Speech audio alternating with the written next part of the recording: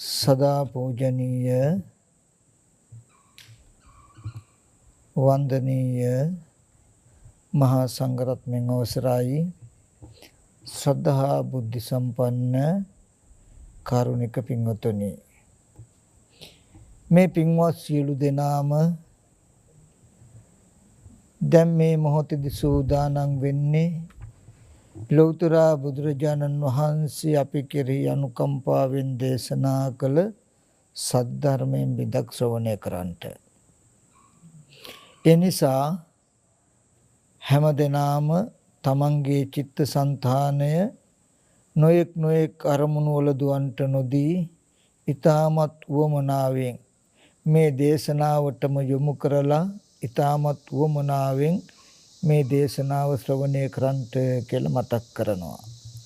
විශේෂයෙන්ම මතක් කරන්නට ඕනේ අද දවසේදී මේ සද්ධර්ම දේශනාව දේශනා කරනු ලබන්නේ විශේෂයෙන්ම ඒ එංගලන්තේ ලන්ඩන් ශ්‍රී සම්බෝධි විහාරස්ථානයේ දායක පිරිසක් වන ඩෝන් සහ ද්‍රෝපති රත්නායක යුවල විසින් ඒ තමන්ගේ ආදරණීය පුතුණුවන් වන ඩෝන් නිසාන් පුතුණුවන් මිය පරලොව ගිහිල්ලා වර්ෂයක් පිරෙන අවස්ථාවේදී එම පුතුණුවන්ට සසරගත ජීවිතවලදී මෙවඳු අකල් මරණයක් නොවේවා.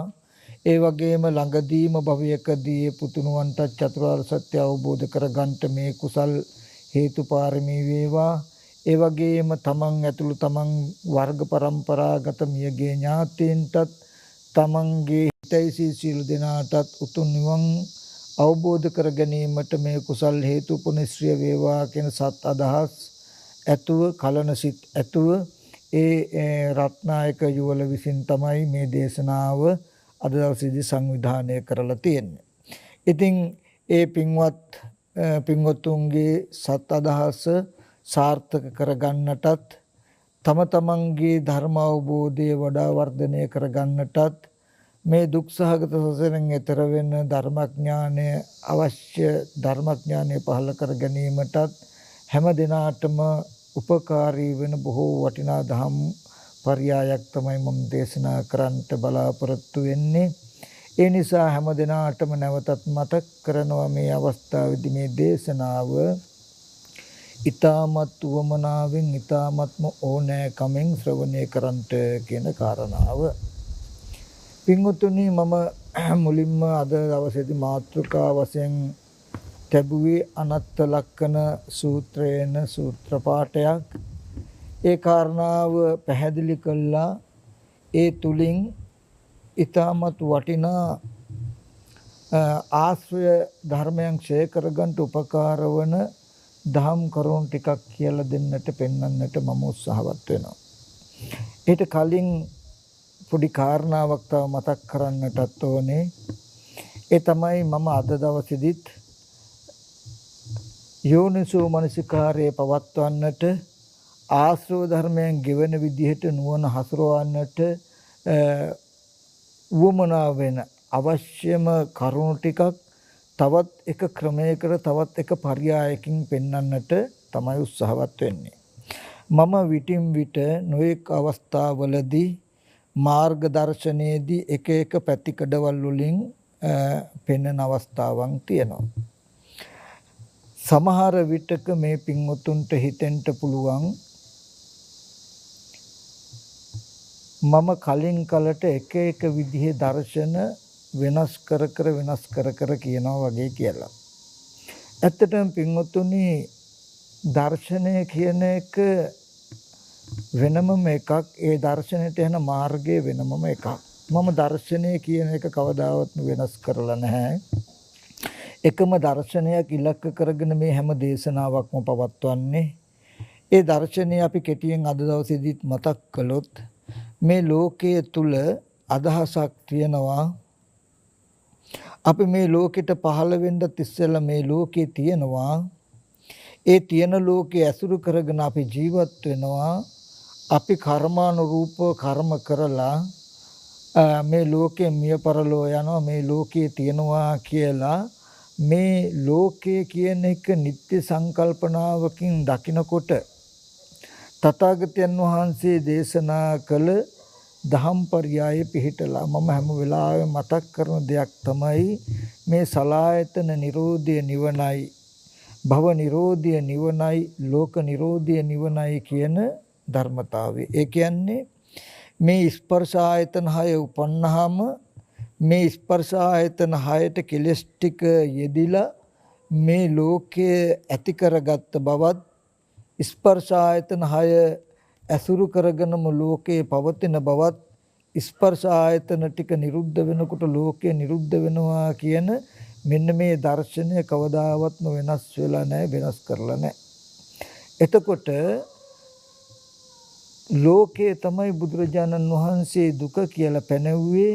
ඒ දුක්ඛ නිරෝධය කියලා පැනෙව්වේ තථාගතයන් වහන්සේ මේ ලෝක නිරෝධය. ඒකයි මේ දර්ශනයට ලෝකෝත්තර කියලා කියන්නේ. ඉතින් මේ චතුරාර්ය සත්‍ය තුලින් පෙන්වන්නේ දුක නැමැති ලෝකයක් නැත්තම් ලෝකේ නැමැති දුකත් ඒ දුක හටගන්න හේතුවත් ඒ හේතුව නැති කළා ලෝක නිරෝධය නැත්තම් දුක්ඛ නිරෝධය කරන ආකාරත් ඒකට යන ප්‍රතිපදාවක්. ඒ තුලින් අවිද්‍යාව නැති කරන්න පුළුවන්. නැති වෙනවා. එතකොට මේ දර්ශනය ඉලක්ක කරගෙන ඒ ලෝක නිරෝධයට යන ප්‍රතිපදාව තුලදී මම එක එක ආකාරවලදී එක එක ආකාරයට නොඑක් පර්යායන්ගෙන් නොඑක් ක්‍රමවලට මම ධර්ම දේශනා කරනවා. ධර්ම දේශනා කළා තියෙනවා. මාර්ගය විස්තර කරද්දී නම් නොඑක් ආකාරයට කරුණු කාරණා පෙන්වලා තියෙනවා. පින්වතුනි, මාර්ගය වැඩෙනවා කියලා දකින්ට ඒ යන ගමන් මඟ දවසින් දවස දියුණු වෙනවා කියලා දකින්ට හොඳ ක්‍රමයක් තමයි එකම තැනක ඉන්නේ නැතුව දවසින් දවස දිනෙන් දින ඒ දර්ශනය ඉලක්ක කරගෙන ටිකෙන් ටික තීව්‍ර විදිහට නුවණ යෙදිලා යෝනිසෝ මනසිකාරයේ වඩා වර්ධනය වෙනවා නම් ඒ දර්ශනය එක තැනක පල් වෙන්නේ නැතුව ඒ දර්ශනයට යන මාර්ගය එක තැනක පල් වෙන්නේ නැතුව හොඳට වැඩෙනවා. අනුක්‍රමයෙන් ආශ්‍රය ගෙවීමට යනවා කියලා තේරුම් ගන්න පුළුවන් එක සාක්ෂියක් අපිට. මම විතක මේ පින්වුතුන්ට ස්කන්ධ පැත්තෙන් හොඳට කතා කරලා තියෙනවා. පෙර නොතිබීම හටගෙන ඉතුරු නැතුව නැති වෙනවා මේ ස්කන්ධ ටික කියන එකත්.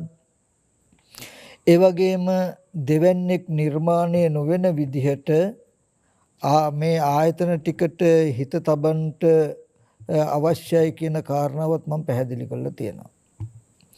ඊට පස්සේ මට කාලයක් යනකොට තේරුණා මේ ස්කන්ධ ටිකේ යථාර්ථය මොනතරම් මෙබඳු දර්ශනයක් තිබුණත් ඇත්ත වුණත් ඒ ටිකට හිත තියන්න අමාරු. ඒ ටික පේන්නේ නැහැ කෙලස් ටිකෙන් වැහිලා තියෙන තාක්.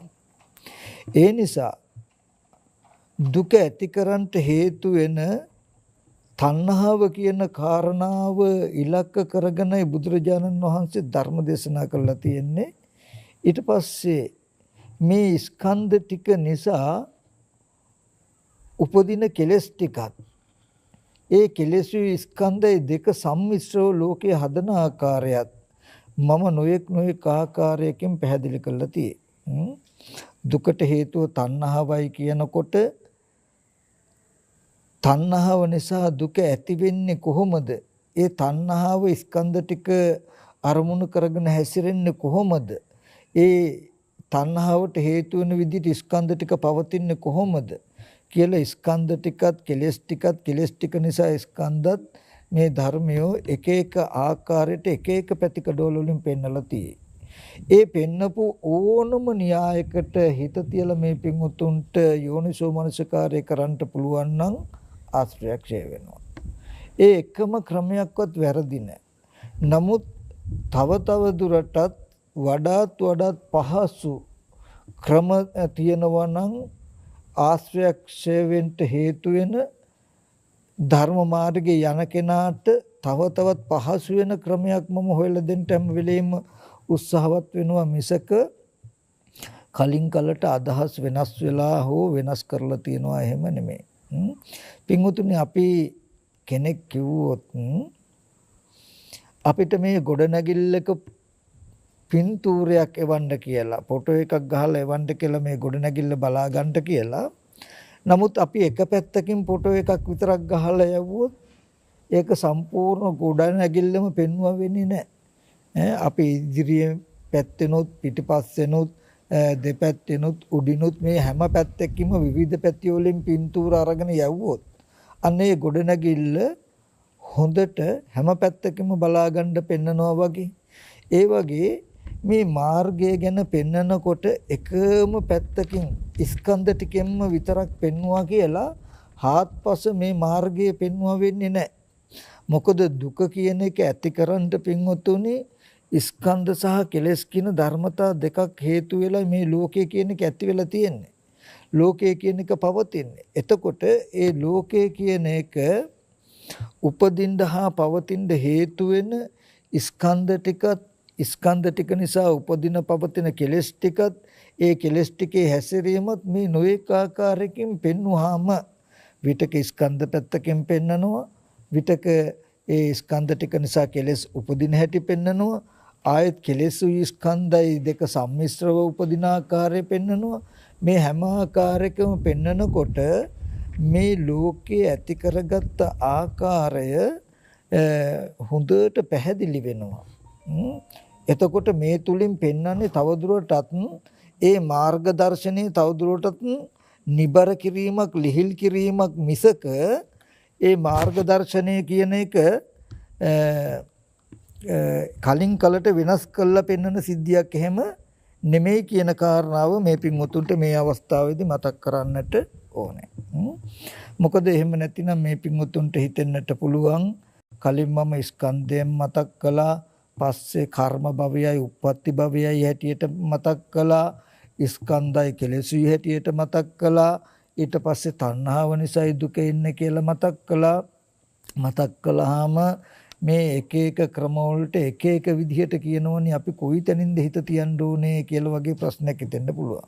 නමුත් දර්ශනය කියලා කියන්නේ පින්වත්තුනි චතුරාර්ය සත්‍යෙම මේ ලෝකය කියන එක දුක තණ්හාව නිසායි මේ දුක ඇති වෙලා තියෙන්නේ ලෝකේ ඇති වෙලා තියෙන්නේ තණ්හාව නැති වෙනකොට තණ්හාව නිරුද්ධ කිරීමෙන් මේ දුක නැත්තම් ලෝක නිරෝධයක් කරන්න පුළුවනි මේ ඒ සඳහා මාවතයි කියලා පෙන්නකොට අන්නේ මාර්ග දර්ශනයයි මම මේ නොයෙක් ආකාරයෙන් වෙනස් කරලා තියෙන්නේ මිසක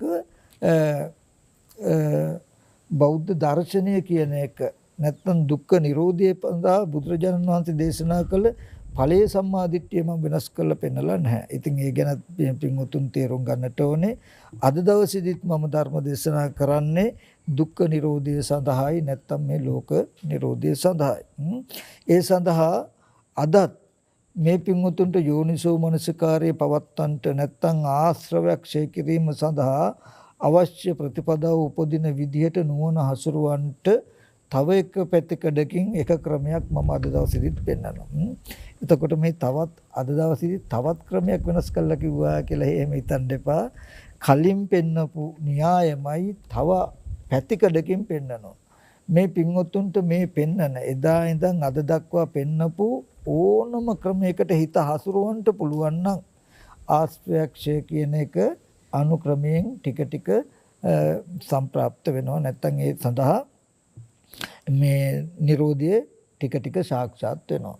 ඉතින් ඒ කාරණාවත් මෙතෙන්දී මතක් කරන්නට ඕනේ. මොකද නැතිනම් පින්වතුන්ට අහගෙන ඉන්නකොට විශේෂයෙන් මෙහෙම හිතෙන්නේ පින්වතුනි මම මේ පෙන්වන ධර්මයට අනුව යම් කිසි කෙනෙක් හිත වඩන්නේ නැතිනම් යෝග කරන්නේ නැත්තම් ඉබඳු කෙනාට හිතෙන්න පුළුවනි එක එක විදිහට දර්ශන වෙනස් වෙනවා වෙනස් කරනවා නේද කියලා. නමුත් හොඳට නුවණින් යෝනිසෝ මනසිකාරය කරනවා නම් මේ කියන්නේ මොකද්ද කියලා බලනවා නම් ඒ හැම කෙනෙකුටම ඊට අනුගත වූ නුවණක් පහළ වෙනවමයි ඊගාව කාරණාව පෙන්නකොට තව ටිකක් ගොඩාක් නිබර වෙලා ගොඩාක් පහසු වෙලා කලින් පෙන්නපු අර්ථයට වඩා ඒ පෙන්නන තැනට ලං වෙන්න තවත් ගොඩක් පහසු වෙලා තියෙනව නේද කියන කාරණාව පෙනේ. හොඳයි අද දවසේදී අපි මාතෘකාව වශයෙන් තබපු ඒ දහම් කරුණු ටික අවස්ථානුකූලව කතා කරමු. අනත්ත ලක්කන සූත්‍රයේ මේ පින්වතුන් අහලා තියෙනවා අපි දන්නවා බුදුරජාණන් වහන්සේ සම්බුද්ධත්වයට පත් වෙලා ධම්මචක්කපවත්තන සූත්‍රය දේශනා කරන දවසේදී කොණ්ඩඤ්ඤ තෙරුන් වහන්සේ විතරයි සෝවාන් ඵලයට පත් උනේ. ඊට පස්සේ දින කීපයකට පස්සේ දේශනා කරපු අනත්ත ලක්කන සූත්‍රය ශ්‍රවණය කළා තමයි ඒ පස්වග මහණුම රහත් උනේ කියලාත් අපි අහලා තියෙනවා. එතකොට බුදුරජාණන් වහන්සේ මේ සූත්‍රයෙන් පෙන්නනවා රූපම් භික්ඛවේ අනාත්තා. මහණෙනි රූපය අනාත්මයි. රූපම් භික්ඛවේ අත්තා අභවිස්ස නයිදං රූපං ආබාදාය සංවත්තේය. මහණෙනි මේ රූපේ ඉදින් ආත්ම නම් රූපේ ආබාධ පිණිස පවතින්නේ නැහැ. රූපම් භික්ඛවේ අනාත්තා. මහණෙනි මේ රූපය අනාත්මයි. තස්මා රූපං ආබාදාය සංවත්තේය. ඒ නිසා මේ රූපය ආබාධ පිණිස මේ රූපේ කැඩීම බිඳීම නැසීම පිණිස පවතිනවා කියන කාරණාව පෙන්වනවා. ওই වගේම රූපය වගේමයි වේදනාවත් සංඥා සංඛාර විඥාන කියන ස්කන්ධ පංචකයම ওই පරයයන් දකින්ද රූපම් භික්ඛවේ අනාත්තා කිව්ව වගේ වේදනා භික්ඛවේ අනාත්තා. මහානි වේදනාව අනාත්මයි. වේදනා භික්ඛවේ අත්තා අභවිස්ස. මහානි වේදනාව ආත්ම නම් නයිදං වේදනා ආබාධය සංවත්තේ. මහානි මේ වේදනාව ආබාධය පිණිස පවතින්නේ වේදනාව අනාත්මයි. ඒ නිසා මේ වේදනාව ආබාධය පිණිස පවතිනවා කියලා පෙන්වනවා. හරි. අපි එතන දහම් කරුණු ටික පොඩ්ඩක් බලමු. මම ගේසරේදිත් ඕගොල්ලන් පින්වතුන්ට මතක් කළා. පින්වතුනි මේ ලෝකේ පැත්තෙන් ගත්තොත් ලෝකය කියලා කියනකොට අපි කෙනාගේ පැත්තෙන් තම තමන්ගේ පැත්තෙන් ගත්තොත් අපි හැම කෙනෙක්ම මේ ලෝකයේ උපදින්නේ මේ මමත් පුද්ගලයෙක් මමත් සත්වයෙක් තව අනිත් පුද්ගලයෝ සත්වයොත් ඉන්නවා කියන තැනකින් තමයි අපි ඉපදෙන්නේ.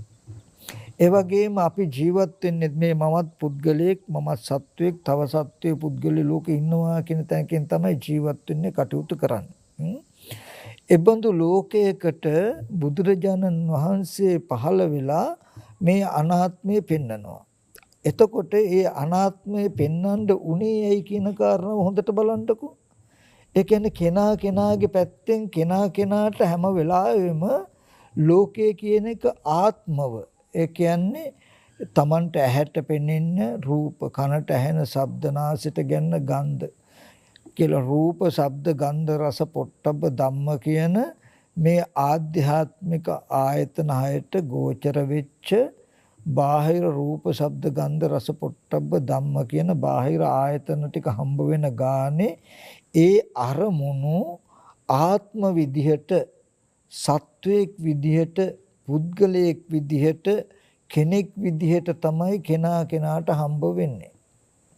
එතකොට කෙනාට පුද්ගලයෙක් හැටියට, සත්වයක් හැටියට හම්බ වෙනකොට අපි අවිද්‍යාව කියලා කියන්නේ අපි කවුරුවත්ම මේ පුද්ගල භාවයට, සත්ව භාවයට ලෝකය හම්බ වෙන්නේ අපිට කොහොමද? ඒකේ හැදුනේ කොහොමද කියලා අපි කවුරුවත් දන්නේ නැහැ. එහෙම දැනගන්න, එහෙම හොයන්න තරම් අපි කාටවත් නුවණක් හිටින්නෙත් නැහැ.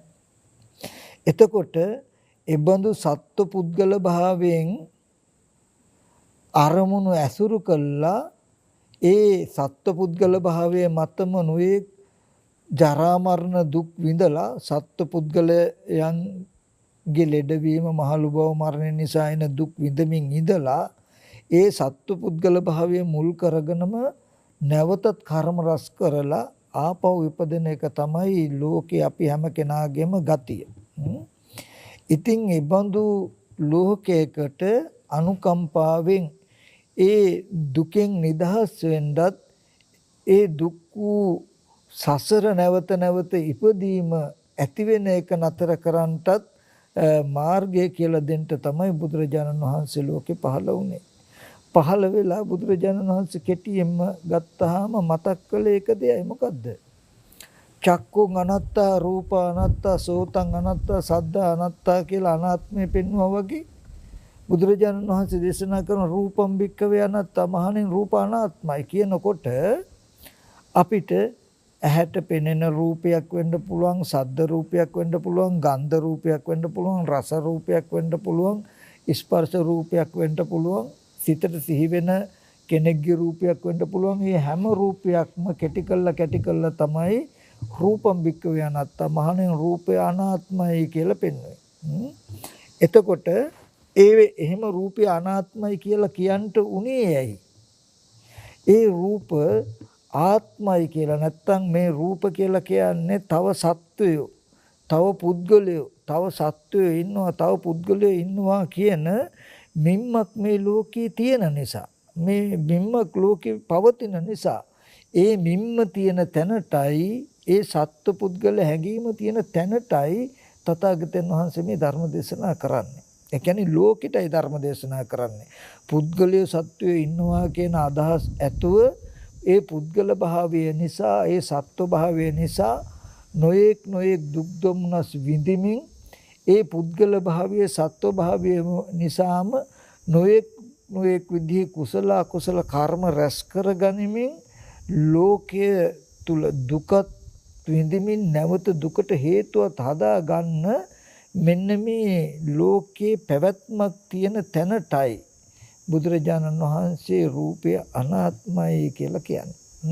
ඒ බව හොඳට මතක තියාගන්නට ඕනේ.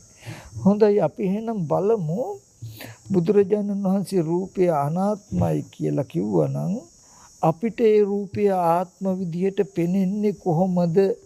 ඒ රූපය ආත්ම විදියට ඇසුරු වෙන කම හැදුනේ කොහොමද කියන කාරණාව අපි ආපහු ටිකක් බලමු. ඒ කාරණාව තව පැත්තකින් පෙන්වන්න තමයි ආපහු ගත්තාම මේ පටිච්ච සමුප්පාද ධර්මතාවයේ තියෙන්නේ. මම මතක් කරලා තියෙනවා පටිච්ච සමුප්පාද ධර්මතාවයෙන් පෙන්වන්නේ මේ ලෝකයේ හටගන්න හැටි, දුක හටගන්න හැටි කියන කාරණාව. පෙර අවිද්‍යා කර්මයට විපාක ස්කන්ධ ටිකක් හම්බ වුණා. ඒ කියන්නේ ප්‍රතිසන්දි විඥානයේ මේ කයට බැහැගෙන කය සවිඥානික වුණාට පස්සේ ඇහැ කන දිව නාසය ශරීරය මනස කියන මේ ආධ්‍යාත්මික ආයතන ටික හම්බ වුණා.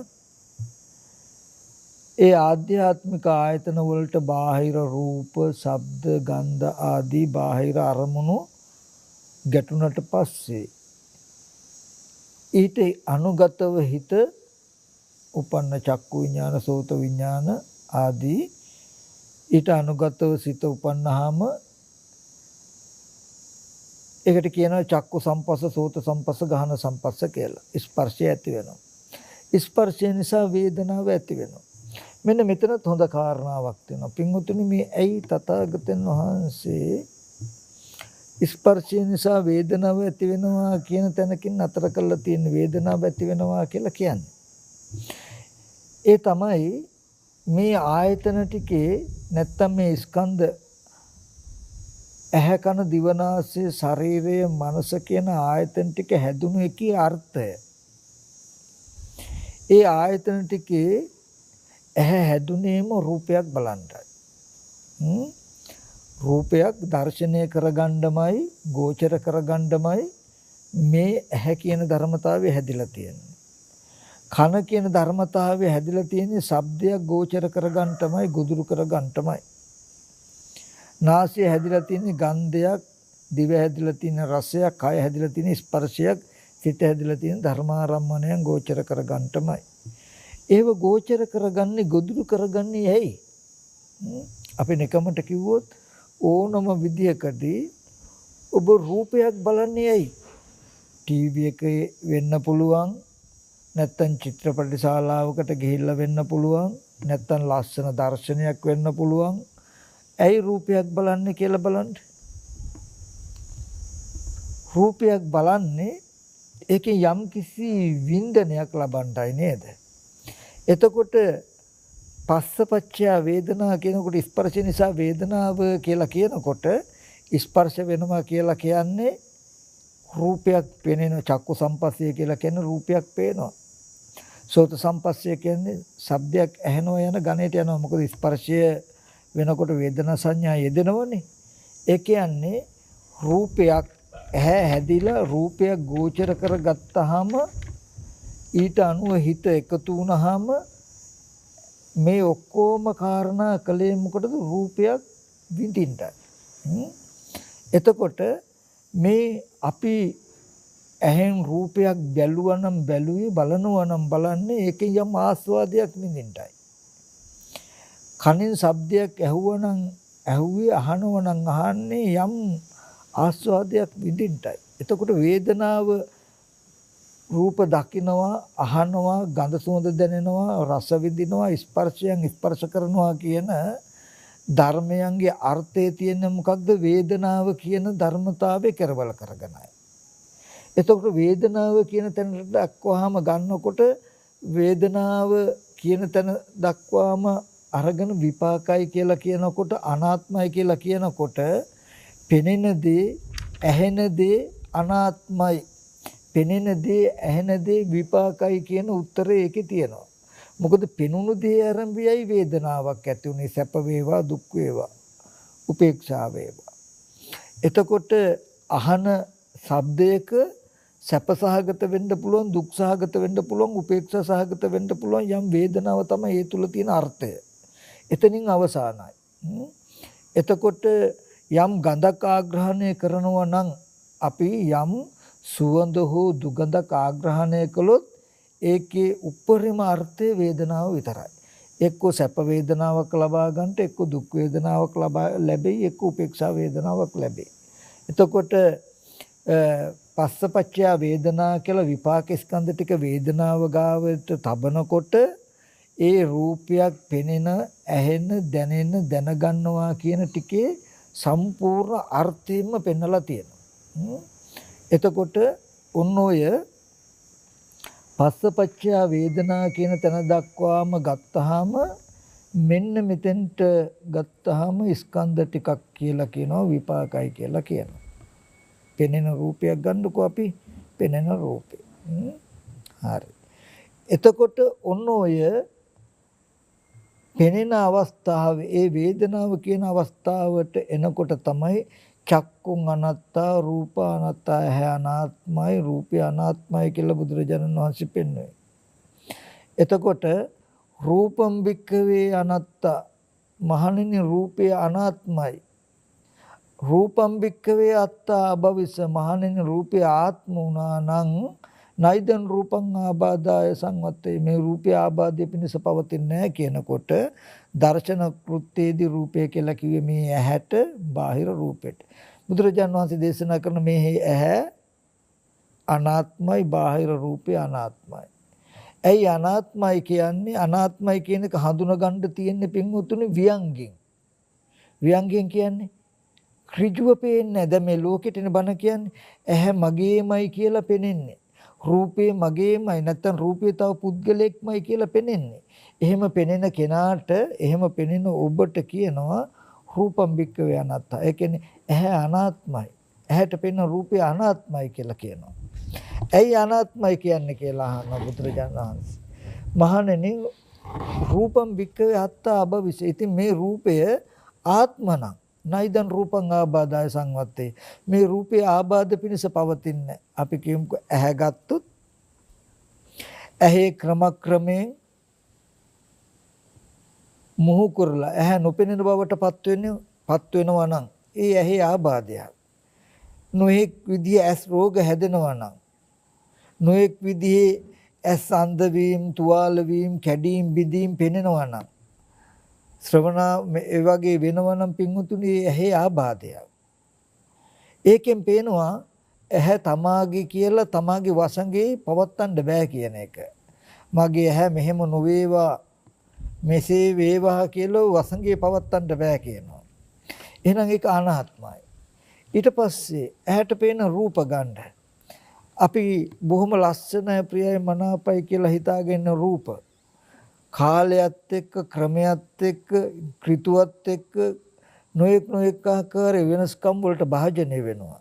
ඉතින් මේ පෙනෙන රූප ආත්මනම් එහෙම වෙනස්කම් වලට භාජනය වෙන්න බෑ. ඒවා කැඩෙන්න, බිඳෙන්න, වෙනස් වෙන්න බෑ. ආබාධය පිණිස පවතින්න බෑ. ඉතින් මෙන්න මේ කාරණාවෙන් හඳුන ගන්න කියනවා රූපේ අනාත්මයි කියලා.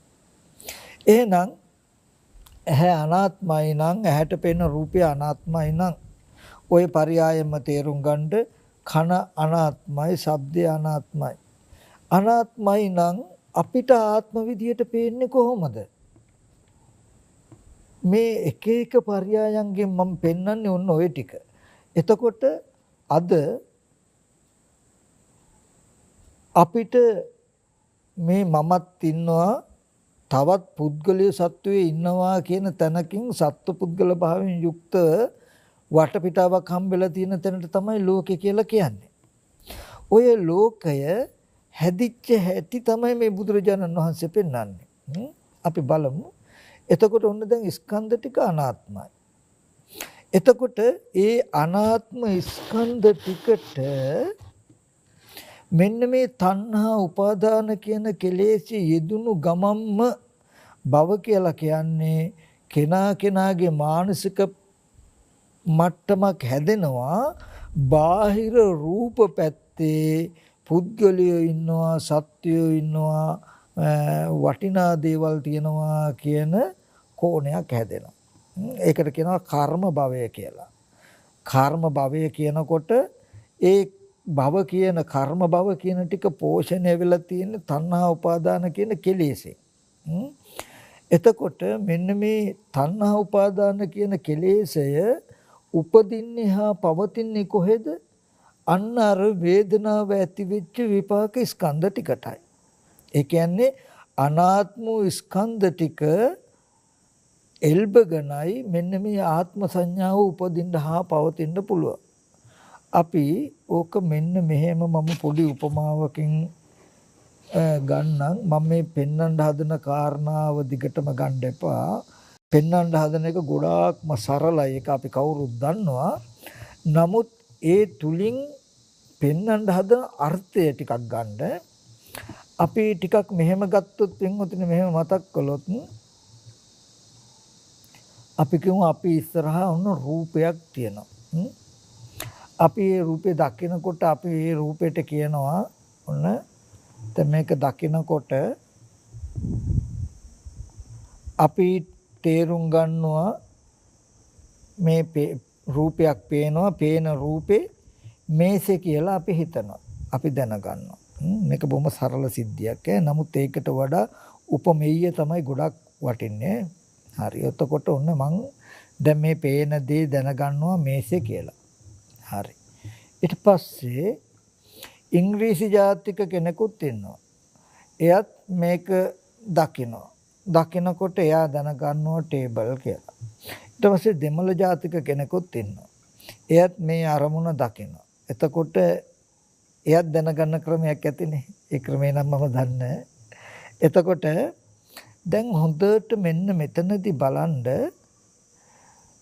සිංහලෙන් මේසේ කියලා දකින මටත් ඉංග්‍රීසියෙන් ටේබල් කියලා මේ වස්තුව දැනගන්න කෙනාටත් දෙමළෙන් දැනගන්න කෙනාටත් මේ හැඩසටහන පෙනෙන තැනට දක්වා සමානයි. මේ රූපයක් පේනවා කියන සිද්ධිය ගන්න මේ වර්ණය පෙනෙනකම ඒ වස්තුවේ හැඩසටහන පෙනෙනකම ඒකේ පරිච්ඡේදයේ වශයෙන් අවකාශ වටපිටාව පෙනෙනකම සමානයි. අපි කාටත් ඔන්න ඔතෙන්ට එනකන් තමයි වේදනාව කියලා කිව්වේ. අපි සාමාන්‍යයෙන් ගත්තාම පේනවා කියන තැන සංඥාව කියන එක. ඊට පස්සේ බලන්න දැන් නමුත් පෙනෙන දේ දැනගන්න ගියාම විවිධත්වයකට ගිහිල්ලා මම මේසේ කියලා දැනගත්තා, ඉංග්‍රීසි දන්න කෙනා ටේබල් කියලා දැනගත්තා, දෙමළ දන්න කෙනා ඒ විදිහට දැනගත්තා. එතකොට පෙනෙන දේ දැනගන්නකොට වෙනස් වෙලා නම් දැනගන්නකොට තුන් දෙනා තුන් විදිහකට දැනගත්තා. පෙනෙනකොට එකම දේ පෙනුනේ, දැනගන්නකොට තුන් විදිහකටයි දැනගත්තේ නම් ඔන්න මෙතනදී බලන්න හොඳට මම මේසෙ කියලා දැනගත්තා, අරය ටේබල් කියලා දැනගත්තා, අනිත් කෙනා දෙමළෙන් ඒ විදිහට දැනගත්තා නම් ඇයි මේ දැනගැනීමේ විවිධත්වයකට ගියේ කියලා හොඳට හෙව්වොත් අපි දන්නවා පේන තැනට එනකම්ම සමානයි පෙනෙනකම පෙනෙන දේ සමාන වුණාට පෙනෙනකොට පෙනෙන දෙයට කෙනාම හිතනවා මම හිතනවා මේ පේන එක මේසෙ කියලා. මම හිතුවාම පෙනෙන දේ මේසෙ කියලා හිතුවාම මේසෙ කියලා දැනගන්නවා. පෙනෙන දෙයට මම යම් විදිහකට හිතුවද ඒ විදිහට මම දැනගත්තා. ඔන්න දැන් මම දැනගත්තා මේසෙ කියලා. බලන්න හොඳට දැන් මම හිතපු විදිහට මම මේසෙ කියලා දැනගත්තා. එතකොට මට පෙනෙනකොට පෙනෙන දෙයට යම් ආකාරයකට හිතුවාම ඒ ආකාරයට දැනගන්නවා නේද කියලා මම දන්නේ. පෙනෙන දෙයට මේසෙ කියලා මම හිතුවා මේසෙ කියලා දැනගත්තා මම හිතපු ආකාරය දැනගත්තා නේද කියලා දකින විද්‍යාව නැහැ. අවිද්‍යාව නිසා මේක මේසෙ මේ පෙනෙන දෙයි මේසෙ කියලා මම රැවටිලා ඉන්නවා. එතකොට ඉංග්‍රීසි ජාතික කෙනත් මොකද කරන්න පේනකොට එයා ටේබල් කියලා හිතුවාම හිතන විදිහට දැනගත්තා. එතකොට මේ පෙනෙන දෙයට ටේබල් කියලා හිතපු හින්දා දැනගත්තා නේද කියලා දන්නේ නැති වුනහම එයා හිතාගෙන ඉන්නවා පේන දේ ටේබල්මයි කියලා. දෙමළ කෙනත් පේනකොට එයා දන්න විදියට හිතලා දැනගන්නවා තමන් හිතපු දෙයම දැනගන්නවා කියලා දන්නේ නැති වුනහම එයා ඒ භාෂාවෙන් හිතාගෙන ඉන්නවා මේ පේන වස්තුව තමයි දැනගත්තේ කියලා. දැන් හොඳට බලන්න මගේ පැත්තෙන් මම හිතලා දැනගත්ත මේසෙ කියලා. ඊට පස්සේ මම සිහි කරන්නේත් මේසෙ ගැන. හිතා ඉන්නෙත් මේසෙ ගැන. මම බලන්න කියලා යන්නෙත් මේසෙ ගැන. ඊට පස්සේ රූපේ දකින්නකොටම මට අර මේසෙ කියන ටික ආපහු සිහි වෙනවා. මේසෙ කියන ටික සිහි වෙනවා. සිහි වෙනකොටම දැනගන්නවා. හැබැයි මම කවුරුවත් මට කියලා දුන්නේ නැත්තම් මම කවදාවත්ම දන්නේ මගේ හිතේ තියෙන නිම්මම මේ රූපය ඇස් ඉදිරි පිටට එද්දි මගේ හිතේ නිම්මක් හදාගෙන මම ඒක දැනගත්තා. ඒ නිම්මම සිහි කර හිටියා. පෙනෙන වාරයක් ගානේ මගේ හිතේ තියෙන මිම්මව මං අවදි කරගත්තා. පෙනෙන සිද්ධියේ වෙනමම එකක් ඒක කිසිම සම්බන්ධයක් නැහැ. සිහි කරන ටික මගේ මනස පිළිබඳ වූවක් ඒක වෙනමයි පෙනෙන දෙයට සම්බන්ධයක් නැහැ. මේ දෙකම එක ගොඩට දාගෙන නේද අපි මේ ලෝකයක් හදලා තියන්නේ කියලා අපි දන්නේ නැහැ. ඒ කියන්නේ මට මේසෙ කියලා බාහිරෙන් හැදෙන්නේ බාහිරෙන් හම්බ වෙන්නේ පෙනෙන දේත් මගේ මනසේ තියෙන දේ දෙකම එකට එකතු කළාම තමයි මට මේ මේසෙ කියලා බාහිර වස්තුවක් දකින්න පුළුවන්කම ලැබෙන්නේ. ඔය සරල උපමාවෙන් මම කිව්වේ ඔන්න හොඳට මෙන්න මේ කියන කාරණාව ගන්න. දැන් මම ඔයගලන්ට පෙන්නපු කාරණාව හොඳට ප්‍රකටයි. මොකද්ද මේසෙ කියන ප්‍රඥප්තිය. මේක දකිනකොට මේසෙ කියලා මම හිතුවා අර ඉංග්‍රීසි ජාතික කෙනා ටේබල් කියලා හිතුවා කියන කම. ඕක දැන් ඔය ප්‍රඥප්තිය අපිට ප්‍රකටයි. හරි. ඔන්න ඔය වැඩේ වුණොත් මෙන්න මෙහෙම අපිට පෙනෙනකොට ඇස් ඉදිරි පිටට රූපයක් පෙනෙනවා. ප්‍රඥප්තිය මොකුත්ම නැහැ.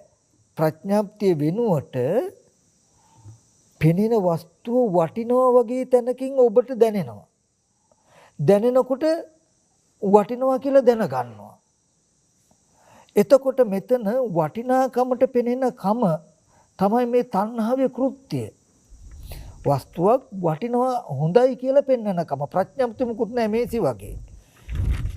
ඒ හොඳයි වටිනවා කියලා පෙනෙන කමට දැනගත්තට පස්සේ ඒකෙත් අවිද්‍යාව යෙදුනහම පෙනෙන දෙයට වටිනාකම යෙදෙනකොට වටිනාකමට යෙදුණුකම දැනගත්ත නේද කියලා නොදන්නකොට පෙනෙන වස්තුව වටිනවා වෙලා ඔබට. ඔන්න වටිනා වස්තු නිර්මාණය වෙලා. ඒ වගේම රූපයක් ඇස් ඉදිරි පිටට එනකොට ප්‍රඥාප්ති මොකුත් නැහැ. ඒක පුද්ගල භාවයක් පුද්ගලයෙක් කියන හැඟීම යෙදුණොත් නම් කරෝලිස්ය අප්පුහාමිය කියලා නම් නැහැ. නමුත් පුද්ගලයෙක් සත්වයෙක් කියන හැඟීම යෙදුණොත් ඒ වස්තුව සත්වයෙක් අර අපි මේසෙ කියලා දැක්කා වගේ පුද්ගලික සත්වයේ කියන එක තමයි එතන ප්‍රඥප්තිය. මේ සම්මතයක් කියලා කියන්නේ ඒ සත්වයේ පුද්ගලිය කියන හැඟීම යෙදුනොත් ඒ විදිහට දැනගන්නවා. ඒ විදිහට දැනගන්නවා. එතකොට යම් රූපයක් දකිනකොට ඒ රූපයේ පුද්ගලයේ සත්වයේ කියන හැඟීම යෙදෙනවා. ඒ යෙදෙන ආකාරයට ඒ රූපයේ පුද්ගලයක් සත්වයක් කියලා අපි දැනගන්නවා. ඉංග්‍රීසි ජාතික කෙනෙක් දැනගන්නවා. දෙමළ ජාතික කෙනෙක් දැනගන්නවා. ඊට පස්සේ අපේ හිතේ යෙදුණු පෙනෙන දෙයට හිතේ මෙබඳු ගතියක් යෙදෙනකොට පුද්ගලයා කියලා යෙදෙනකොට පෙනෙන දේ පුද්ගලයා කියලා දැනගත්ත නේද කියලා අපි දන්නේ නැත්තම් මොකද වෙන්නේ? අවිද්‍යාව තිබුණොත් පෙනෙන වස්තුව පුද්ගලයා වගේ තමයි අපිට පේන්නේ. ඔන්න ආත්ම වෙන්නේ එහෙම. දැන් හොඳට බලන්න අපේ පැත්තෙන් අර මේසෙම කියලා හිතලා මේසෙ දැනගත්ත මේසෙම හිතනවා මේ ආපහු දකින්න යනකොට මේසෙම සිහි කරගන්නවා වගේ. ඔන්න දැන් බාහිර පැත්තට කිසිම සම්බන්ධතාවයක් නැහැ. පෙනෙනවා. පෙනෙනකොට පුද්ගල භාවයකින් හිතනවා නෙමෙයි හිතෙනවා අපිට. ආශ්‍රව කියලා කියන්නේ ඉබේම යෙදෙනවා පුද්ගල භාවය. පුද්ගල භාවයට හිත හැසිරෙනකොටම පුද්ගලයෙක් කියලා දැනගත්තා. ඔන්න දැන් පුද්ගලයෙක් කියලා හිත හසුරවල පුද්ගලයෙක් කියලා දැනගත්තා. ඊට පස්සේ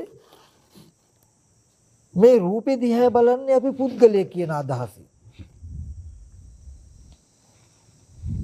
පුද්ගලයා කියන අදහස හිතේ අපි සිහි කරන්නේ.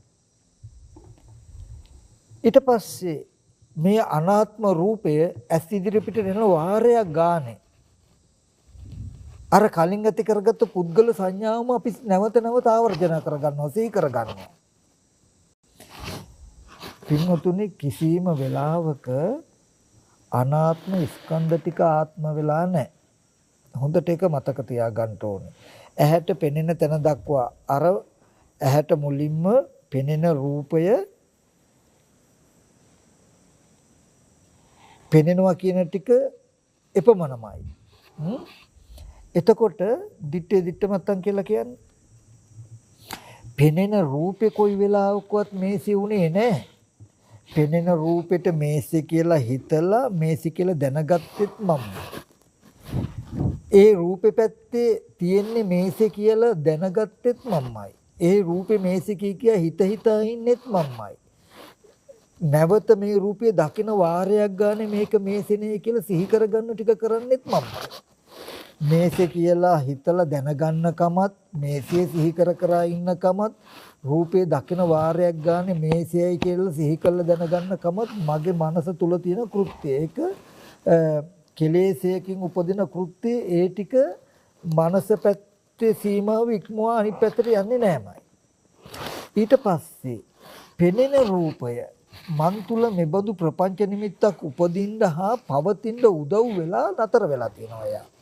තණ්හාව කියන එක උපදින්න හා පවතින්න උදව් වෙලා එයා නතර වෙලා තියෙනවා මිසක අර පෙනෙන සටහන කිසිම වෙලාවක මේසෙ වෙලා නැහැ.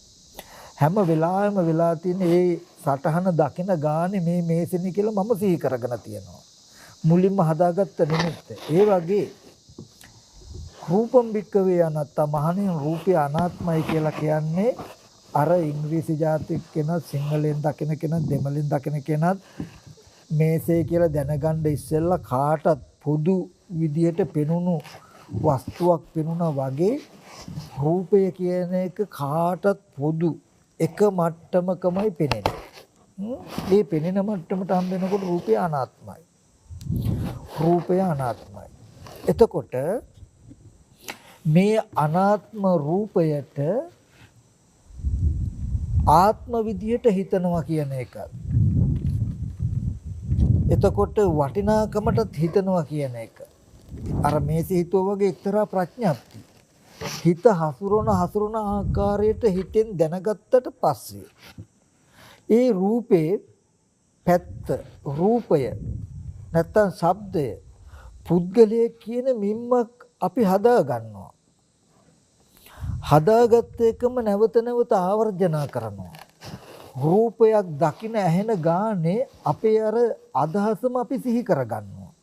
තණ්හා උපාදාන භව කියන මේ කෙලෙස් ටිකේ කෘත්‍ය මේ විපාක ස්කන්ධ ටික නිසා ආත්ම සංඥාවක් උපදවාගෙන තව බාහිර පුද්ගලයෝ සත්වෝ ඉන්නවා කියලා ඇතුළතින්ම අපි සිහි කර ඉන්නවා. රූප ශබ්ද අරමුණු ඇහැ ඉදිරිපිටට කන ඉදිරිපිටට හම්බ වෙනකොටම අපේ අදහසම සිහි කරගන්නවා. අපි අපේ මනසෙන් එළියට යන්නේ නැහැ. එතකොට මෙන්න මේ ටිකයි බුදුරජාණන් වහන්සේ පෙන්වන්නේ විපාක ස්කන්ධ ටිකට තණ්හා උපාදාන භව කියන කෙලෙස් ටික යෙදුනට පස්සේ. ජාති කියලා කියන්නේ දැන් මෙන්න මේ ස්කන්ධ ටිකයි කෙලෙස් ටිකයි දෙක එකට ස්කන්ධ ටික තියෙන තැනට මෙන්න මේ තණ්හා උපාදාන කියන කෙලෙස් ටික යෙදිලා ඒ මනස විපාක ස්කන්ධ ටික පැත්තට නැඹුරු වෙලා පවතින තාක් උපදින තාක්ම අපිට ලෝකය කියන එකක් නිර්මාණය වෙලා ඇති. දැන් මේසේ කියලා එකක් හැදුනානේ අපිට හැදිලා තියෙනවා. ඒ වගේ සත්වයේ පුද්ගලයෝ ආත්ම වූ දේවල් අපිට හැදිලා තියෙන්නේ ඔන්න ඔහොම. දැන් අද දවසේදී සත්වයේ පුද්ගලයෝ බොහෝ සත්වයේ පුද්ගලයෝ බාහිර ඉන්නවා කියලා ඔබට සිහි කරන්න පුළුවන්. මේ මම කියලා තමන්ගේ ශරීරය සිහි කරන්න පුළුවන්. එතකොට ඒ ඉන්න සත්ව පුද්ගලයෝ නිසා මේ මගේ දුව, මේ මගේ පුතා, මේ මගේ අම්මා තාත්තා කියලා ඒ පුද්ගල භාවය ආරම්භය අනුප්‍රභේද වශයෙන් කෙලෙස් ප්‍රපංචය තවත් උපදවාගෙන සංයෝජන හදා ගන්න පුළුවන්. එතකොට මෙන්න මේ විදිහට අපිට ලෝකයක් හැදිලා තියෙනං දුකක් හැදිලා තියෙනං ඔන්න ඔය දුක කියන එක තමයි පින්වත්තුනි මේ පුද්ගල භාවයට ලෝකයක් හම්බ වෙනවා කියන තැන තමයි පංච උපාදානස්කන්ධ දුක්ඛ කියලා කිව්වේ. අම්මා තාත්තා අයියා අක්කා පුද්ගලයෝ තව මිනිස්සුયો සත්වයෝ ඉන්නවා කියලා හම්බෙන තැනක. ඒ සත්වය පුද්ගලයෝ අපිට හම්බ වෙන්නේ මෙන්න මේ මේසේ බාහිරින් හම්බ වෙන්නේ අන්න ඒ වගේ සිද්ධියකින්. හොඳට දැක්කනේ අපි. එතකොට මම ඊට පස්සේ පෙන්වපු එක කාරණාවක් තමයි මේ සත්ව පුද්ගල භාවයෙන් යුක්ත ලෝකයක් තියෙනං ඒ ලෝකය හැදුනේ පෙනෙන ඇහෙන දේට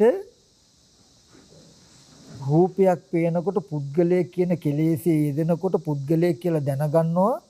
පෙනෙන දේට මේ කෙලෙසේ යෙදිලා පුද්ගලයෙක් හැටියට දැනගත්ත නේද කියලා දන්නේ නැති වුනහම භව කියලා කියන්නේ මේ පෙනෙන දේ මේ දැනගත්තේ බාහිර මේසෙයි කියලා දැනගත්තා නම් මේ පුද්ගලයෙක් කියලා හිතලා දැනගත්තා කියන එක නොදන්නකොට පුද්ගලයෙක් කියලා හිතලා දැනගත්තේ මේ රූපෙයි කියලා පුද්ගලයා කියන්නේ රූපෙයි කියලා බාහිරට නැඹුරු වෙච්ච ගමම්ම අපිට ලෝකය නිර්මාණය වෙනවා.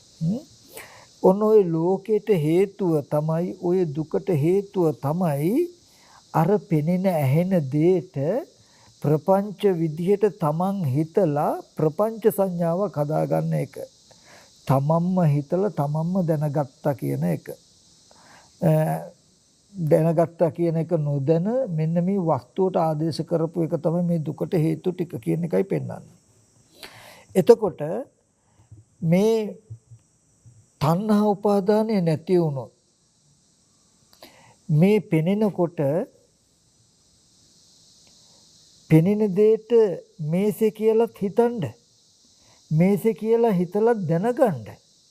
හැබැයි මේ පෙනෙන දෙයට මේසේ කියන ප්‍රඥප්තියෙන් මෙනෙහි කළා දැනගත්ත නේද කියන නුවණ තියාගන්න තැනකට එන්න.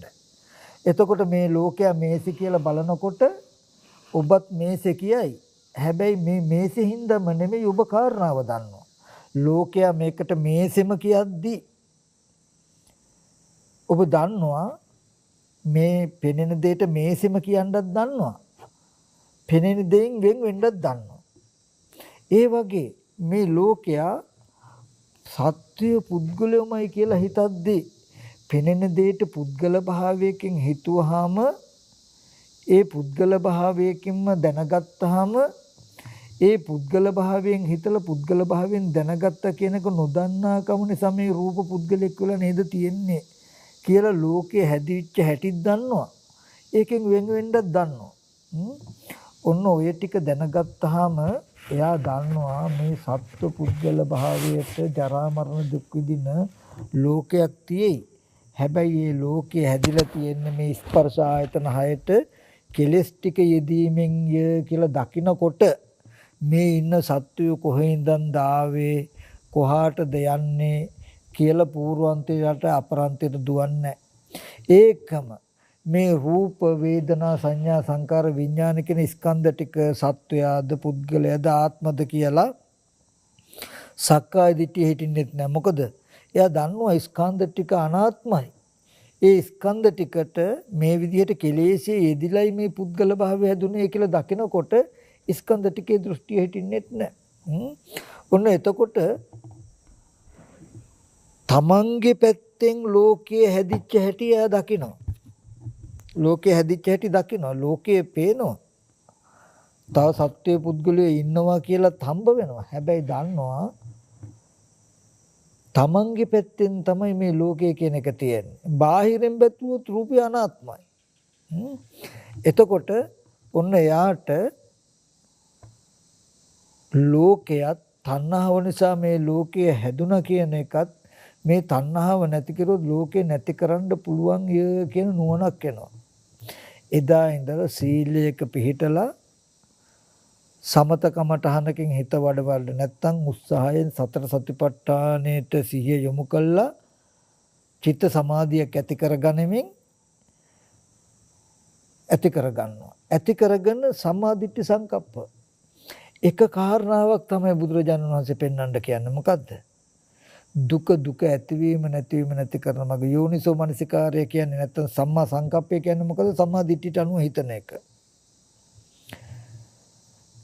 ඇයි එහෙම ආර්ය අෂ්ටාංග මාර්ගයේ සම්මා දිට්ඨියට අනුව හිතන්න කියලා කියන්නේ? පින්වතුනි මෙන්න මේ කාරණාවට ඔබට සිහිය නුවණ යොමු කරන්න පුළුවන් නම් මෙන්න මේ ටික බලන්න ඇත්තටම නිවන් දකින්න කියලා ස්කන්ධයන්ගේ උදේවැය බලනවා හරි රූපයේ දුවත්ින් සාකාරය බලනවා කුණුපු කොටස් බලනවා හරි මොනවාම හරි දෙයක් කරන්නේ නැතුව ඇත්තටම කටයුත්තේ මොකද්ද කියන එක හොඳට බලන්න. අපි හැමෝටම ප්‍රධානම කරුණු දෙකක් තමයි හම්බ වෙලා තියෙන්නේ ඉලක්ක කරගෙන යන්න මේ ප්‍රතිපදාව වඩන්න. ඒ කියන්නේ මොකද්ද? අවිද්‍යාව සහ ආශ්‍රව. මුලින්ම දුක්ඛේ අඥානං දුක්ඛ සමුදය අඥානං දුක්ඛ නිරෝධය අඥානං දුක්ඛ නිරෝධ ගාමිනී පටිපදාය අඥානං. මේ පංච උපාදාන ස්කන්ධ ලෝකේ නැත්නම් පංච උපාදාන ස්කන්ධ දුක්ඛ. මේ පංච උපාදාන ස්කන්ධ ලෝකේ දුකක්. මේ එබඳු ලෝකයක තමයි ජරා මරණ ශෝක පරිදේ දුක් දුම්නස් පෙනෙන්නේ. ඒ දුකට හේතුව තණ්හාව. තණ්හාව නැතිකොලොත් දුක නැති වෙනවා. මේ ආර්ය අෂ්ටාංග මාර්ගය කියලා නොදන්නා කමක් තියෙනවා නම් ඒක ගෙවෙනවා මේ ටික දන්නකොට.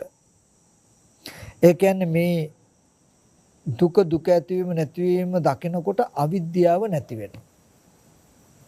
එතකොට උත්තරයක් එනවා තියෙන ලෝකික ජීවත් වෙලා තියෙනවා නෙමෙයි ලෝකය හදාගෙනයි පරිහරණය කරලා තියෙන්නේ. දුක උපද්දවාගෙනයි දුක් විඳලා තියෙන්නේ. මෙන්න මේ පෙනෙන ඇහෙන දෙයට කෙලෙස් වශයෙන් හැසිරීමේ වරදටයි මේ ලෝකයේ හැදිලා දුක හැදිලා තියන්නේ කියන උත්තරයක් ආවා. ඔන්න අවිද්‍යාව නැති වුණාට පස්සේ ඊට පස්සේ එකම එක දෙයයි ඉතුරු වෙන්නේ. මොකද්ද? මේ චතුරාර්ය සත්‍ය ඒ කියන්නේ කෙලෙසයකට ලෝකේ හැදුනේ කියන එක නොදන්නා කාලේ තියෙන ලෝකයක් ඇසුරු කරපු ඉන්න පුද්ගලයෙක් ඇසුරු කරපු හුරුව ගෙවිලා නැහැ. දැන් තණ්හාව ඒ කියන්නේ පෙනෙනකොට පෙනෙන දෙයට සත්වයක් පුද්ගලයෙක් කියන ආකාරයේ අදහස මන් තුල යෙදිලා පුද්ගලයෙක් සත්වයක් කියලා ශනිකව අපි දැනගෙන තියෙන්නේ. එතකොට ඒක නොදන්නාකම නිසා මේ පේන දේ පුද්ගලයෙක් කියලා අපි රැවටිලා තියෙන්නේ. රැවටිලා පරිහරණය කරන්න. එතකොට ඔන්න ඔය සිද්ධිය අහගත්තේ නැති කාලේ ඉන්න කෙනෙක්ම පරිහරණය කළා. ඉන්න කෙනෙක්ම ඇසුරු කළා. දැන් අපිට කෙනෙක්ව හම්බ වෙන්නේ මෙහෙමයි කියලා දැන් අපි දන්නවා ටිකක්. මේ පේන වස්තුව මේසේ උනේ මෙහෙම නේද කියලා දැන් දන්නවා. හැබැයි ඕක නොදන්නා කාලේ නොදන්නා වුණත් ඇති වෙච්ච ක්‍රමය එකමයි. නමුත් ඕක කියලා දෙන්න කෙනෙක් නැති කාලේ මේ තියෙන මේ සිදිහැම සිහි කළා තියෙන මේ සිදිහැම බලපු හුරුවක් තියෙනවා. දකින්නකොට මේසේ කියලා හිතලා අපි දැනගන්නේ මෙහෙම නේද මේ වස්තුව මේසේ කියලා මේසේ උනේ කියලා දැනගත්තට මේ වස්තුව මේසේ හැටියට ඇසුරු කරපු හුරුවක් තියෙනවා ගෙවන්න. ඒ වගේ මේ ලෝකය කියන එක දුක කියන එක පෙනෙන ඇහෙන දෙයට කෙලස් ටික යෙදිලා පුද්ගල භාවී යෙදිලායි දුක් විඳින පුද්ගලයෙක් හදාගත්තේ කියලා දැන් අපි දැනගත්තට ඕක නොදන්නා කාලේ තව පුද්ගලිය සත්වයේ ඉන්නවාමයි කියන තැනින් තමයි අපි අරමුණු ගත්තේ. අන්නේ හුරුව ගෙවිලා නැහැ. දැන් ස්කන්ධයන්ගේ උදේවැය බලනවා නම් උදේවැය බලන්ට කුණුප කොටස් වශයෙන් ධාතු වශයෙන් බලනවා නම් බලන්න ඒ ඕනම දෙයක් කරන්න ඕනේ මොකද්ද? මෙන්න මේ ආශ්‍රවය ගෙවෙන හැටි බලාගෙන. ඒකෙන් මම මතක් කළේ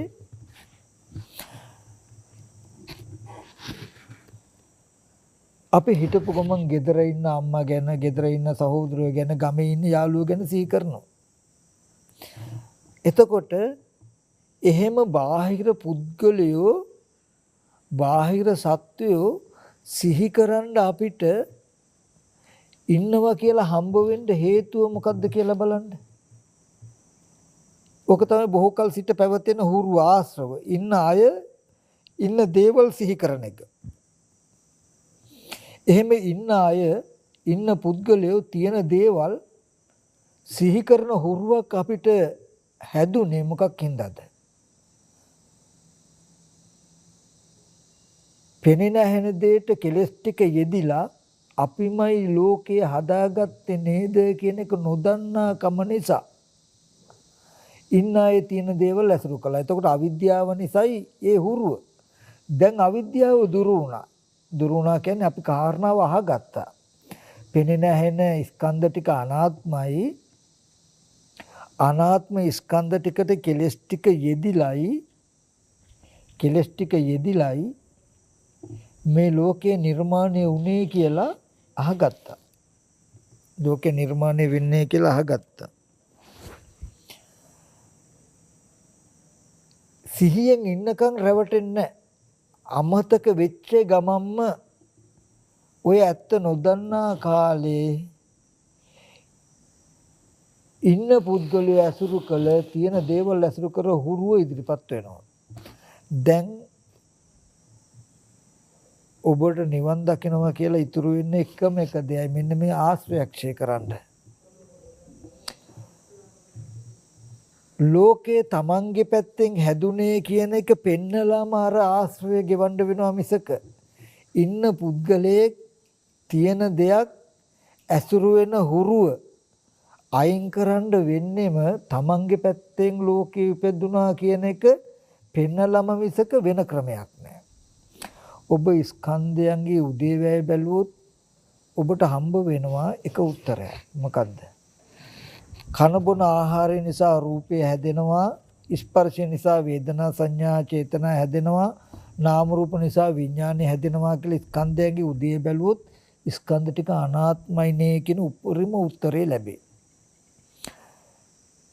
ආහාරය නැති වෙනකොට ඇහැ රූප නැති වෙනවා, ස්පර්ශය නැති වෙනකොට වේදනා සංඥා චේතනා නැති වෙනවා, නාම රූප නිරෝධයෙන් විඥාන නිරුද්ධ වෙනවා කියනකොට ඒ අනාත්ම වූ ස්කන්ධ ටික පෙනෙනවා ඇහෙනවා කියන ස්කන්ධ ටික ඒ ප්‍රත්‍ය නැති වෙනකොට නැති වෙනවා කියලා අනිත්‍ය පෙනේ.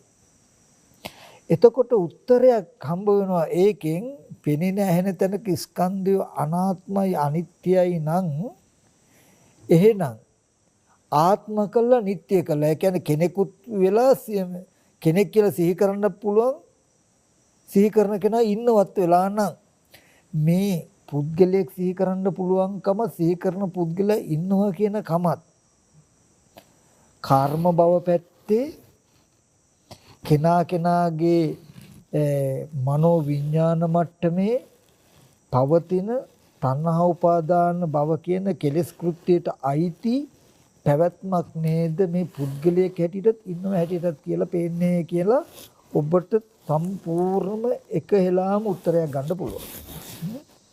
ඒ කියන්නේ කෙනෙක්ව සිහි කරන්න පුළුවන් ටික මම මෙහෙම කෙනෙක්ව සිහි කරනකොටත් මේ මනස පැත්තේ තියෙන තණ්හා උපාදාන කියන කෙලෙස් ටිකේ කෘත්‍ය නේද මේ කෙනෙක්ව සිහි කරන්න පුළුවන්කම.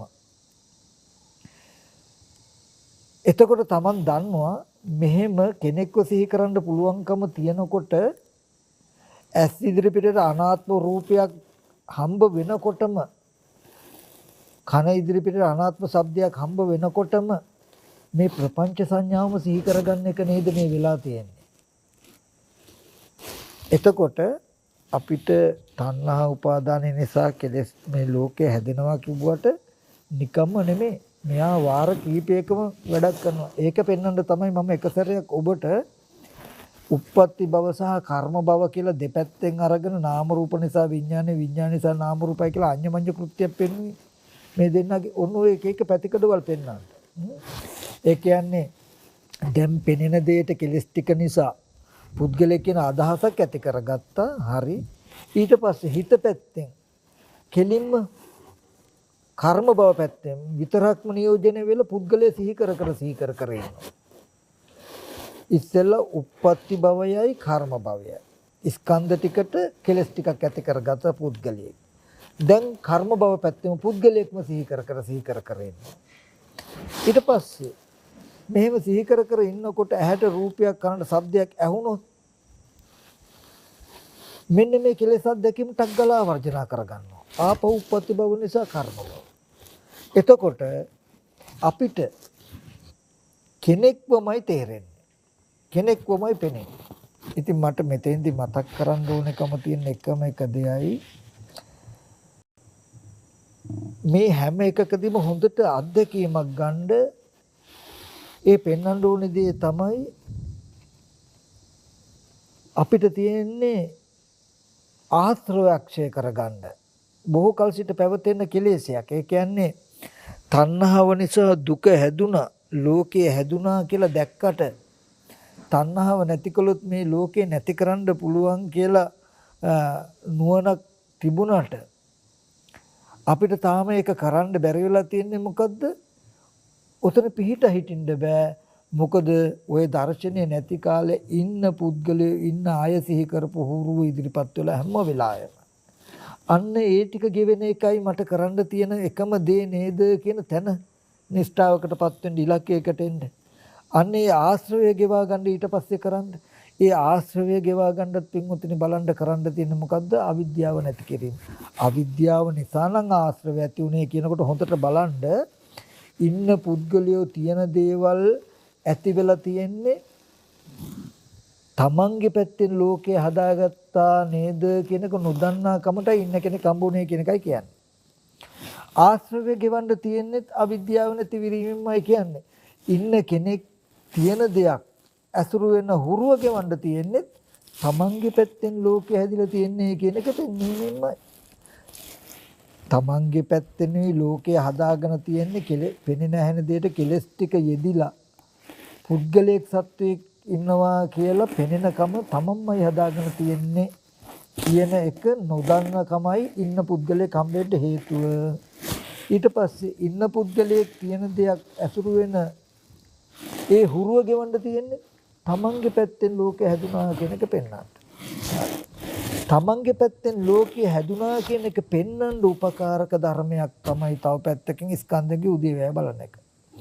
ස්කන්ධයන්ගේ උදේවැය බලන ගානේ ඇහැට පෙනෙන රූපය අනාත්මයි අනිත්‍යයි.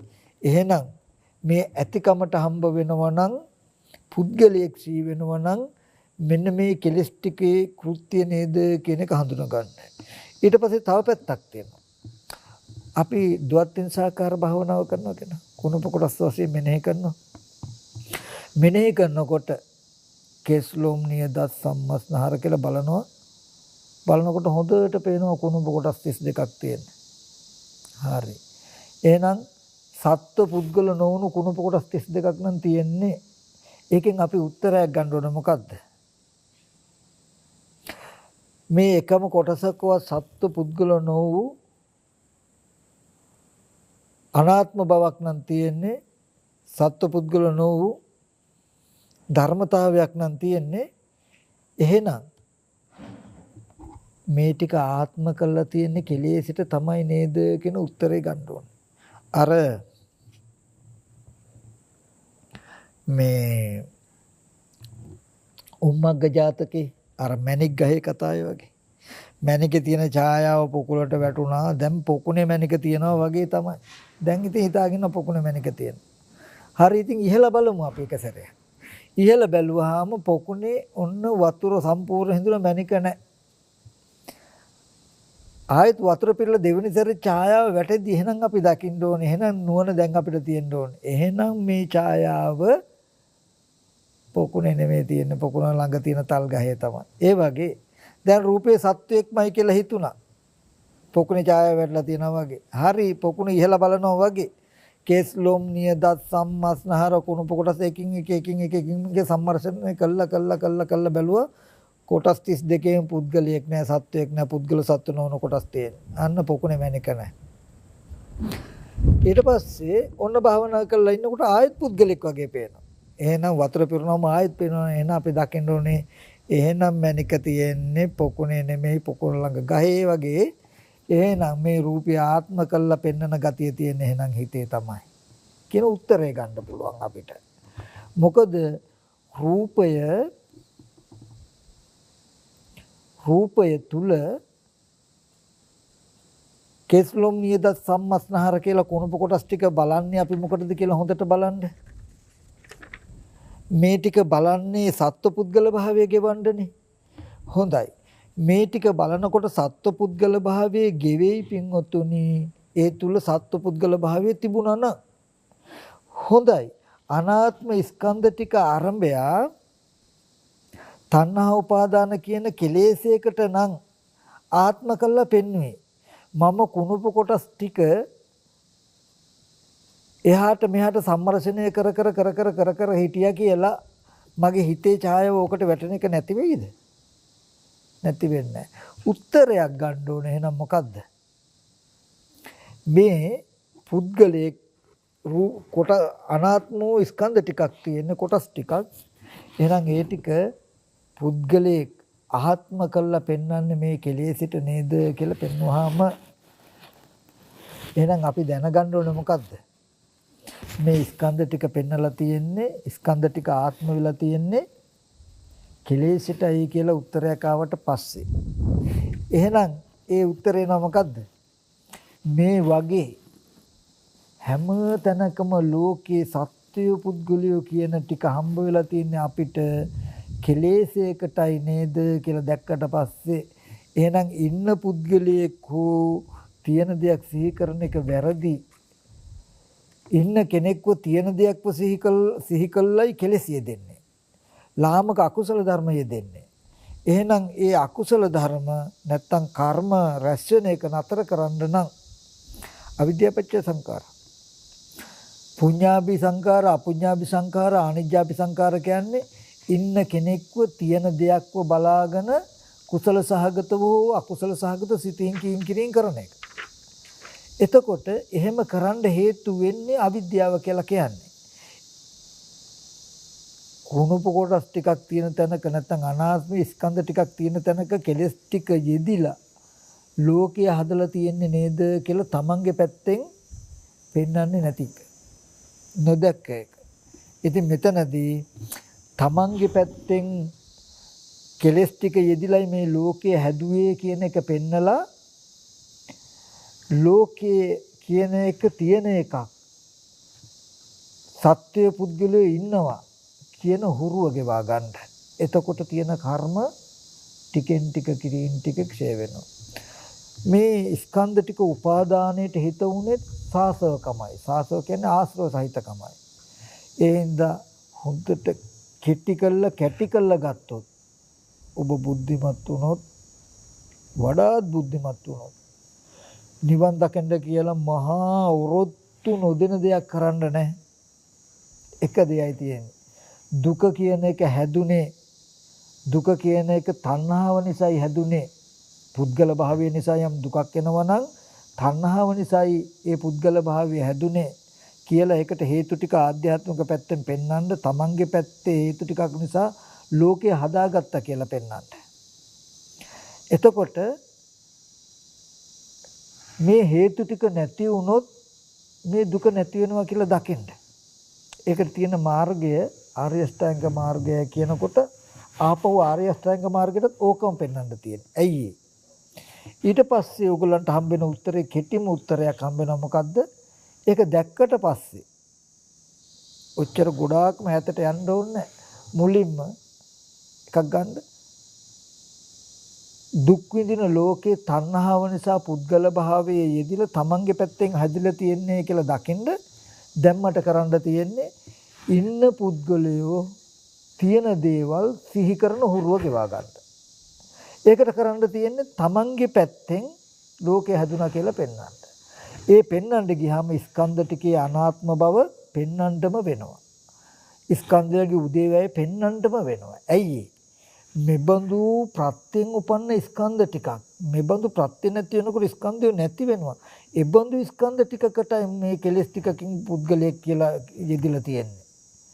මේ රූපය ධාතු වශයෙන් අසුභ වශයෙන් කොට්ටාස වශයෙන් පෙන්වන්නම වෙනවා. ඇයි නැත්තම් අනාත්ම ලෝකේ තමන්ගේ පැත්තෙන් හැදුනේ කියන එක ඔප්පු කරගන්න තරක් නැහැ. ස්කන්ධ ටික අනාත්මයි කියලා පෙන්නකොට එහෙනම් මම සත්පුද්ගල භාවයෙන් දුකක් විඳිනවා නම් ඒ විඳින දුක කෙලස් ටිකට පුද්ගල භාවයේ හදාගෙනයි දුක් විඳලා තියන්නේ කියන උත්තරේ එන්නේ ස්කන්ධ අනාත්ම නිසායි. ස්කන්ධ ටික අනාත්මයි. මම තණ්හා උපාදාන කියන කෙලෙසට ඒ ස්කන්ධ ටික පුද්ගලයෙක් හැටියට බලලා දැන් පුද්ගල භාවයෙන් දුක් විඳිනවා නම් ඒ දුකට හේතුව මේ ස්කන්ධ ටික පුද්ගලයෙක් කළා ගත්ත පුද්ගල භාවයට බලපු කෙලෙසයි කියන උත්තරේ එන්නේ ස්කන්ධ ටිකේ අනාත්ම ලක්ෂණය පිළිටණ්ඩයි. ඉතින් ඒ නිසා මට මේ තුමුතට මතක් කරන්න තියෙන ඔය වගේ මම විටින් විට එක එක ක්‍රමවලට මේ මාර්ගය පහසු ආකාරයෙන් මතක් කරලා දෙනවා මතක් කරනවා. ඒකට හේතුව මොකද මාර්ග දර්ශනය කියන එක කලින් කලට ටිකෙන් ටික ආශ්‍රයක්ෂය වෙන විදියට නුවණ වැඩෙන්න ඕන එකක්. එක තැනක පල් වෙන්න ඕන එකක් නෙමෙයි. ඒ නිසා අද ඔබට මම කෙටිම කළ දෙන දෙයයි තමයි තමන්ගේ පැත්තෙන් ලෝකේ හැදුවේ කියන උත්තරේ ගන්න චතුරාර්ය සත්‍යයෙන් පෙන්වන්නේ. ඒකට මහණෙනි ලෝකයක් ලෝක සමුදයක් ලෝක නිරෝධයක් බඹයක් වුණ ශරීරයෙන් පනවා වදාරමි කියන තැන දකින්ද එතකොට ඔබට විද්‍යාව උපදිනවා අවිද්‍යාව දුර වෙනවා. ඊට පස්සේ බඹයක් පමණ ශරීරයෙන් ලෝකය හැදුනේ කියන එක නොදන්නා කාලේ තියෙන ලෝකයක් ඇසුරු කරපු හුරුවක් තියෙනවා. දැන් සම්පූර්ණ ප්‍රතිපදාවම යෙදෙන්න ඕනේ. ඒ ලෝකය කියලා එකක් තියෙනවා නෙමෙයි බම්බයක් පමණ ශරීරයෙන්මයි හැදිලා තියන්නේ කියන එක පෙන්නම අරක ගෙවන්න. ගෙදර ඉන්න ඥාතියෙක් සිහි වෙනකොට ගමේ ඉන්න යාළුවා සිහි වෙනකොට නෑ එහෙම කෙනෙක් හිටියෙත් නෑ ඉන්නවත් නෙමෙයි. හැමදාම උනේ තමන්ගේ කෙලෙසියේ යෙදිලා ඒ රූපී ආත්ම වෙලා නේද තියෙන්නේ කියන එක පෙන්වන්න.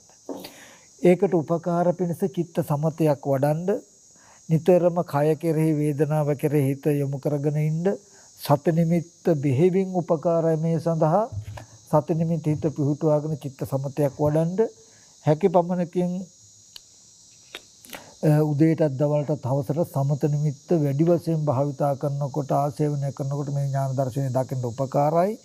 ඊට අමතරව ගිහි පින්වතුන් නම් නිති පන්සිල් පොහොය අටසිල් සමාදන් වෙලා කායික වාචික සංවරයක් හදාගන්න කායික වාචික සංවරයක් හදාගෙන චිත්ත සමතයක් ඇති වෙන විදියට නීවරණ ධර්ම දුරු වෙන විදියට චිත්ත සමතයක් ඇති කරගෙන සම්මා දිට්ඨියට අනුව මෙනෙහි කරන්න. සම්මා දිට්ඨියට අනුව කියන්නේ මේ පංච උපාදාන ස්කන්ධ දුකක් තියෙනවා නම් තණ්හාව නිසායි ඇති උනේ.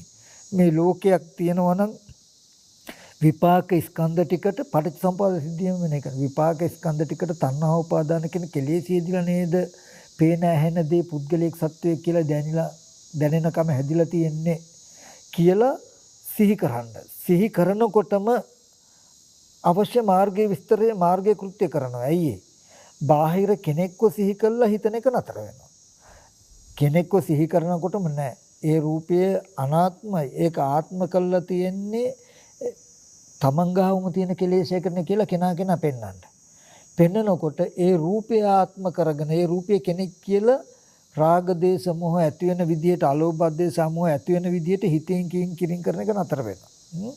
මෙන්න මේ විදිහට ටික ගෙවෙන්න අවිද්‍යාව දුරු වෙන්න ආශ්‍රව ගෙවෙනවා. ආශ්‍රව යම් දවසක ආශ්‍රව සම්පූර්ණ ගෙවුණාද ඒකට එදාට කියන ක්ෂීණාශ්‍රව කියලා. එතකොට කටයුත්ත කළා ඉවරයි. මේ ස්කන්ධ ටික එකටයුත්තක් නැහැ. හටගත් ස්කන්ධය නිරුද්ධ වෙනවා කියන උත්තරේ ඉබේම ලැබෙයි Tamanට. දකින්න දේ දැකීම පස්සේ නිරුද්ධ වෙනවා කියන උත්තරය එනවා.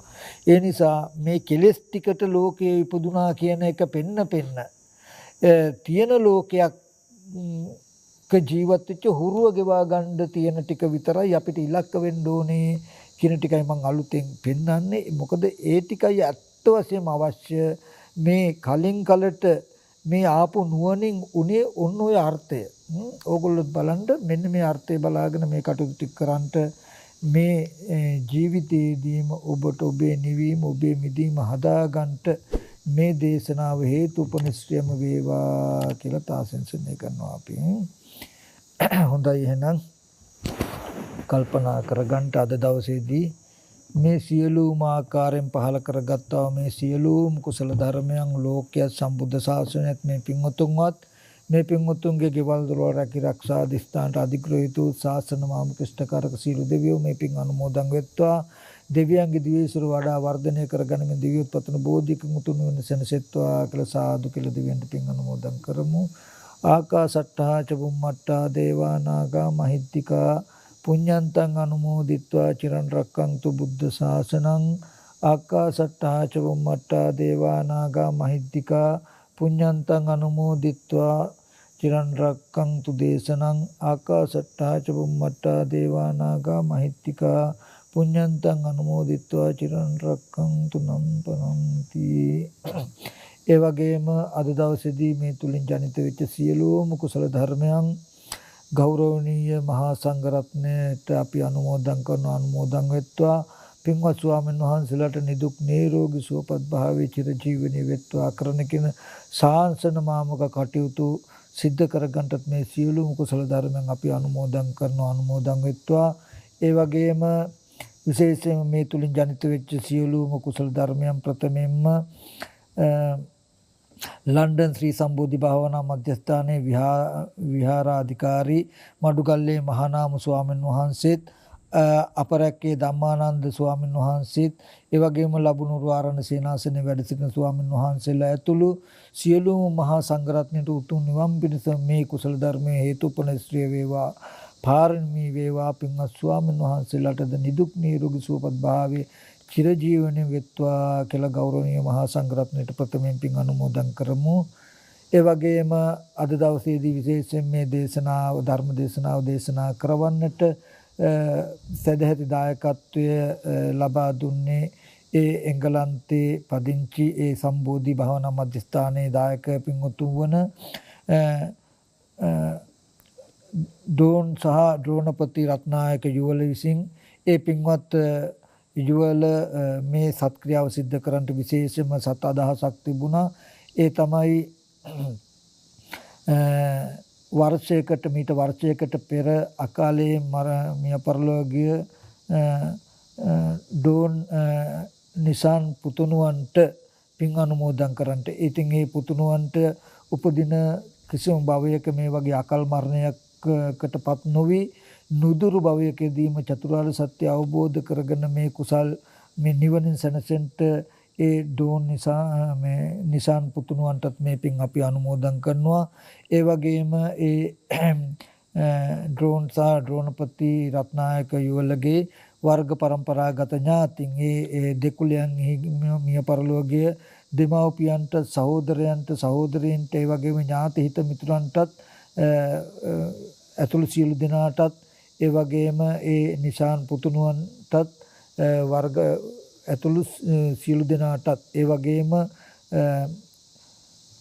බෞද්ධ නාලිකාවේ ලන්ඩන් සම්බෝධි භාවනා මධ්‍යස්ථානයේ නිර්මාතෘ අපේ අපවත් විවදාල ධර්ණගම කුසලදම මාහිමිපාණන් වහන්සේ ඇතුළු අපවත් විවදාල සංඝ පීතුන් වහන්සේලාත් මේ මොහොතේ සිහිපත් කරනවා. ඒ මිය පරලෝකීය සියලුම ඥාතින්ට මේ පින් එකසේ පිහිටීමෙන් ඉක්ම භවයේදීම ඒ පින්වත් සියලු දෙනා ප්‍රාර්ථනීය බෝධිකෙන් උතුම් නිවන සැනසෙන්නටත් උපදින සෑම ජීවිතයකදීම අකල් මරණ ආදී රෝග පීඩා දෙන්න ගොදුරු නොවි වාසනාවන්ත ජීවිත ලැබගෙන උතුම් නිවන ජීවිතය ඉක්මනට සතර දුක අවසන් කරගන්න හැම දිනාටම මේ දේශනාව හේතුපනිශ්‍රේ වේවා කියන අදහසින් අපි ඥාතින්ට පින් අනුමෝදන් කරමු. ඉදම්මේ ඥාතිනං හෝතු සුඛිතා හොන්තු ඥාතියෝ ඉදම්මේ ඥාතිනං හෝතු සුඛිතා හොන්තු ඥාතියෝ ඉදම්මේ ඥාතිනං හෝතු සුඛිතා හොන්තු ඥාතියෝ.